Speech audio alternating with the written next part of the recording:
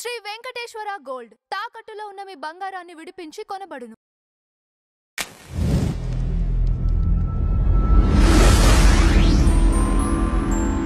గణేష్ ఉత్సవాలకు సంబంధించి కొన్ని ప్లేసెస్ లో కొంత నెగిటివ్ ఫీడ్బ్యాక్ వచ్చింది.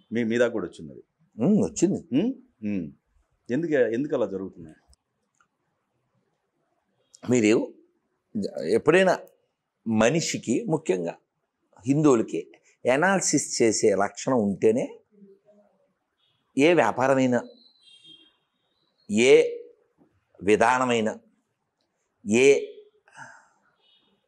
రాజ్యమైనా ఏ మతమైనా ఏ మార్గమైనా అది ముందుకెళ్తుంది.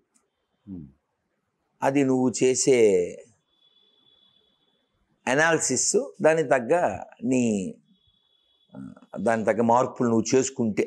ఓకే. ఒక ఆయన ఏంట్రా నీ ఫేస్ అలా ఉంది అన్నారు.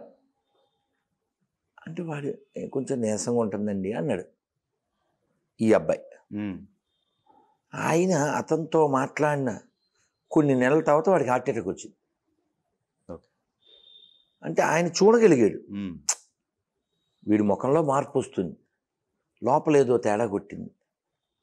పరిశీలన దేనివల్ల చెప్పాడు, తర్వాత హార్ట్ అటాక్ వచ్చింది అతనికి. అలా మనం పరిశీలన చేస్తే ఇప్పుడు చేయకపోతే కూడా అటాక్ అనేది ఖచ్చితంగా వస్తుంది. హార్ట్ అటాక్కి ఏదో వ్యాక్సిన్ ఉంది, కానీ ఇప్పుడు మన మీద జరిగిన అటాకులకి జరగబోయే అటాకులకి ఏం వ్యాక్సిన్ ఏం లేదు. ఇవన్నీ స్మాల్ శాంపిల్స్. ఇవి ఓ పొద్దుటూరు కావచ్చు, నంద్యాల దగ్గర కావచ్చు, కంచికచర్ల కావచ్చు, తాడిపత్రి కావచ్చు, ఇవన్నీ శాంపిల్స్. రాబోయే పెద్ద పెద్ద అటాకులకి ఇవి శాంపిల్స్. అయితే ఇక్కడ ఇంకోటి ఉంది, ఒక పాజిటివ్ కూడా ఉంది. ఒకళ్ళు నిర్మల్ దగ్గర లడ్డూని ఒక ఆవిడ వాడుకున్నారు, ముస్లిం. అవును, 1,88,888 రూపాయలు. మీ పాయింట్ ఏమిటి అంటే దాన్ని పాయింట్ కొన్ని ప్లస్లు జరిగినాయి అనుకోవాలా, కొన్ని చోట్ల మత సామరస్యం అనుకోవాలా, లేకపోతే కాదా? కాదు. ఇప్పుడు ఉదాహరణకి నేను మీ ఆఫీస్కి వచ్చి మీ కుర్చీలో కూర్చుని మీకు ఇంటర్వ్యూ ఇస్తుంటాను. వెళ్ళేటప్పుడు అంజుబాబు ఇగో మీ కుర్చీ మీకు ఇచ్చా అంటే సెలబ్రేషన్ ఏంటి? మీ కుర్చీ మీకు ఇచ్చాను, నేను కొత్త కుర్చీ ఏమైనా స్పాన్సర్ చేస్తే ఏమైనా గిఫ్ట్ ఇస్తే అది కొంచెం ప్రైజు సర్ప్రైజు. ఓకే కదా. ఆ తల్లి ఎవరైతే పాడారో ఆవిడ చీర కట్టుకున్న ఆవిడే, పైన బురక ఉండొచ్చు. మీరు కావాలంటే గమనించండి, నేషనల్గా ఏ ముస్లిం తల్లి అయినా ఏ క్రిస్టియన్ లేడీ ఎవరైనా అంత చీరలే కడతారు. వాళ్ళ మన తల్లిలే కదా, ఇక్కడ వాళ్ళే కదా, మూలం ఇదే కదా. మీరు ఒక వీడియో చూసి ఉండొచ్చు, ఒక బురకాయ వేసుకున్న ఆవిడ శివాలయం చుట్టూ ప్రదక్షిణ చేస్తుంది. మూలం ఎక్కడ పోతుంది? ఓకే. ఇప్పుడు మతి భ్రమించడం వలన మతం మారుతారు తప్ప జ్ఞానం వలన మతం మారుగా. Okay okay. అయితే ఇప్పుడు ఆవిడ లోపల ఉన్న భావాలు ఎక్కడ పోతారు? ఏమంటే ఇప్పుడు మీ పేరు అంజుబాబు కాదండి, అంజీ కాదు, నేను ఇంకోటి ఏదో పెట్టేసి సురేష్ అంటాను, అవదు కదా. అవదు అదే అట్లా. Okay okay. కానీ ఇక్కడ మీరు కానీ కొంతమంది అందరూ హిందుత్వం మీద ఎంత పోరాడుతుంటే, రీసెంట్గా మీరు చూసారా వినాయక చందా కట్టలేదని జగిత్యాల మండలం దగ్గర ఆ కుల వివక్ష ఇప్పటికీ చూపిస్తూ వాళ్ళని వెలేశారు. ఆ కుటుంబం బాధపడుతూ ఆ బైట్స్ చూస్తుంటే అసలు ఇప్పుడు ప్రక్షాళన ఇప్పటికి ఈ టైంలో ప్రక్షాళన చేయాల్సింది వాళ్ళని కదా అనిపిస్తుంది.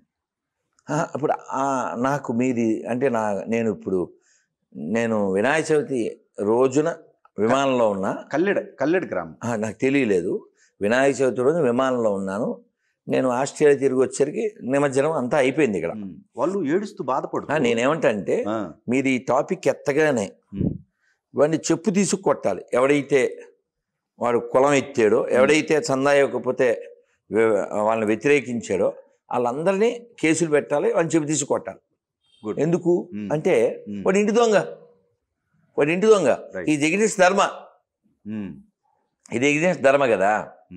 మనకి అన్నమయ్య చెప్పిన దాన్ని వీడు వ్యతిరేకిస్తే వీడు అన్నం తినేదో కాదుగా. అన్నమయ్య ఏం చెప్పాడు? ఏ కులజుడైననేమి ఎవ్వడైననేమి అని చెప్పాడా. నిండార రాజు నిద్రించు నిద్రయునొకటే, అండనే పండుండే బంటు నిద్రయునొకటే, మెండైన బ్రాహ్మణుడు మెట్టు భూమి ఒకటే, చండాలుడుండేటి సడి భూమి ఒకటే, బ్రహ్మమొక్కటే పరబ్రహ్మమొక్కటే పరబ్రహ్మమొక్కటే.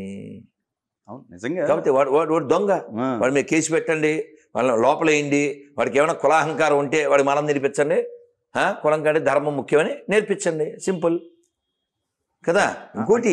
ఇంకొక పాయింట్ మీరు మళ్ళీ చెప్పండి. ఎవడైనా నా కులమే గొప్పది అంటే, ఇప్పుడు మనకి కొన్ని రీల్స్ వస్తాయి కదా సాత్విక్ అని, అఫ్కోర్స్ అతను గొర్రె అనుకోండి, కానీ అతను రీల్స్ ఒకటి మనం హాస్యంతో పాటు కాస్త వెటకారంతో రియలైజ్ అవ్వాల్సిన విషయం మరి మనకి ఇండైరెక్ట్గా తెలుస్తుంది. ఏంటిది, అన్నా నీకు బ్లడ్ ఎక్కించాలంట అని బ్లడ్ ఎక్కిస్తారు. వాడు ఏమంటాడు, ఏరా ఇది మన కులపు బ్లడ్డేనా అంటాడు. డాక్టర్ మన కులపడే అన్నా, ఆడికి దండ వేస్తారు చచ్చిపోతుంటే, ఏరా ఈ పూల మన కులపదే. బాగుంటుంది, మనం ఆ విషయంలో మెచ్చుకోవాలి వాడిని.